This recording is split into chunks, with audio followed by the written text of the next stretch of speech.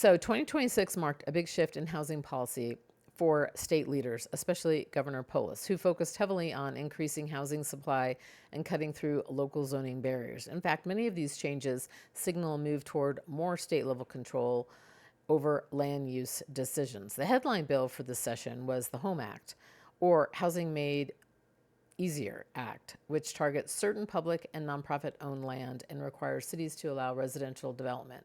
Projects can now move forward through administrative approval without lengthy rezoning battles.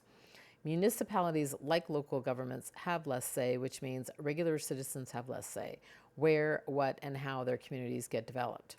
Workforce housing was a big deal this session, and a bill that expands local authority to support housing development and access to tax credits for builders who build affordable housing was passed. The goal of the law is to incentivize more housing for more middle income buyers and renters. When it comes to consumer protections, however, security deposits are now capped at 1 month's rent, and all rent related costs must be disclosed upfront with no hidden fees.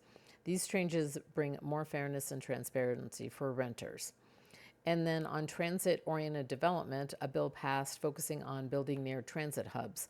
This reinvests state sales tax growth into infrastructure and offers incentives for low to middle income housing.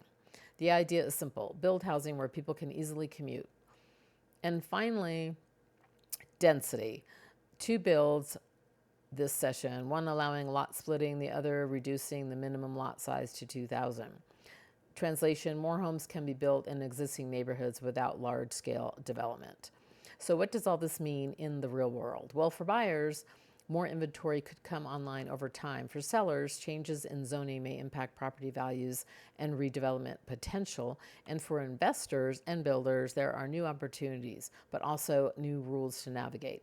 And finally, for agents, these new policies will shape pricing, demand, and development patterns going forward. The 2026 session was a turning point for housing in Colorado, focusing on supply, access, and long-term growth. Drop your thoughts in the comments if you think these changes will actually improve affordability. And don't forget to like, subscribe, and share for more Colorado real estate updates.